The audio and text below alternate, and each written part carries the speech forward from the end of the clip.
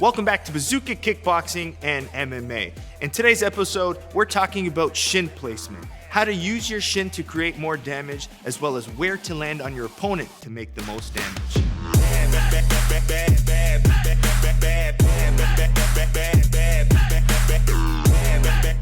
When talking about placing your strikes, we often hear people talking about knuckle placement. And yes, that's important. We always want to land the big two knuckles on our target and our opponent to get the most damage. It also keeps our hands the safest, and that's what we want when we get from our punches. But rarely do we hear people talk about shin placement.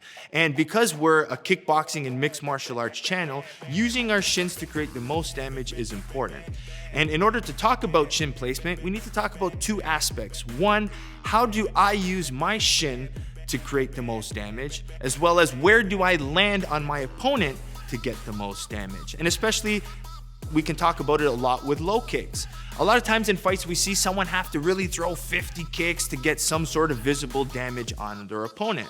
But if you land the right part of your shin on the right place of your opponent's leg, it only takes a couple shots. So finding that spot and setting it up to get there is very important. But there are little tricks, which I'm going to show you in this video, to get maximum damage by using the sharp part of your shin. Okay, and that's what I'm going to get into in this video, the sharp part of the shin. And when talking about the shin, I'm always talking about using a sword.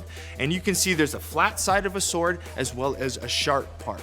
So obviously, if you want to do most damage with the sword, you want to use the sharp part of it.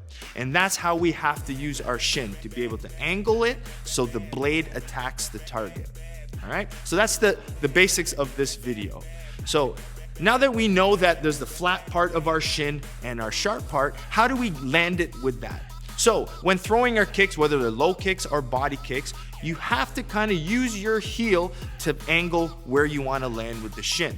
A lot of times when we throw our round kicks, we don't pivot and we're kicking with our toes pointing up. By kicking with our toes pointing up, it's forcing us to hit with the flat part of the sword, right? We're hitting with the flat part of our shin, which isn't going to create damage. Just by turning your heel up allows you to land with the sharp part of the shin. Now you're really going to get some damage on your opponent, and they're really going to feel how you landing with your sword. You're really chopping through the technique now and getting that damage. Also, when talking about shin placement, you have to think the shin is a long bone, and you can actually decide where you want to land with your shin. So let me give you some of my favorite ways how I like to use it.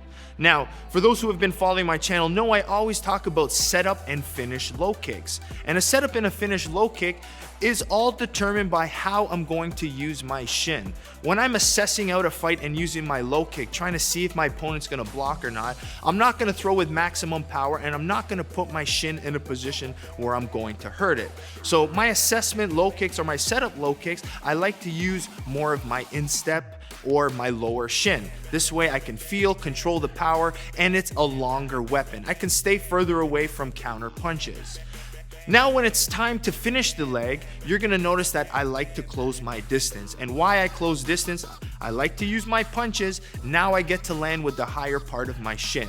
By landing with the mid shin or even high shin, and now changing that angle, really getting that heel up to land with the blade of the sword, and as well as hitting higher on my opponent's leg, that's where I'm going to get more damage. So set up low kicks and less impactful kicks, I'm going to kick more with my lower shin and my instep. Now, when I'm talking about finishing the leg, I'm going to move up on the shin, hit more mid shin, and almost just below my knee, and I'm aiming for the top of the leg. So you need to understand that. As well as throwing a kick to the body, you're going to notice that sometimes you have to vary up the angles of your technique. And depending on whether you're kicking the arm or you're kicking the body, also is going to determine which part of the shin you're landing with. A lot of times when I want to kick the arm, I don't want to kick with my instep because I don't want to hit. There's too many small bones to hurt my foot on my opponent's elbow. So I might go a little bit rounder, try to land my shin right mid-forearm on my opponent. Or if I'm trying to maybe stay long and use a good liver kick, I'm going to place my kick just under my opponent's elbow to get that liver. So again, I'm changing up where I land on my shin to be able to get the most damage. So usually lower shin, a little bit less damage. As I go up, it's a little bit heavier, and just below the knee is where you're going to get a big, heavy, impactful kick. So now, in order to work landing with different parts of the shin, we have a big habit of using big shin guards when we are training. And that becomes a problem, just like using big gloves to hit the bag or pads with, because you can't feel the strike land. So in order to get better at landing with the shin and placing it on the right target, you have to practice drilling with no shin guards. That's where you're gonna get the best feeling of how to do it. Unless you're placing that shin with precision, you're never really gonna know. And especially when it comes to sparring with no shin guards, you're used to being able to just kick as hard as you want through blocks, kicking elbows. But sometimes having that controlled spar, being able to pick your shots, is the most important part of landing the kick. Sometimes, yes, you want to kick through hard blocks, you want to kick through elbows, but precision is what's going to do the damage. Find the blade of the shin on the right part of your opponent will give you the most damage. We don't need 100 strikes to finish them. Let's find the right place at the right time on the right spot, and let's get our finishes with class. So make sure you keep liking and subscribing to Bazooka Kickboxing and MMA. Click that notification button to stay up to date. And we'll see you next time here at Bazooka Kickboxing and MMA.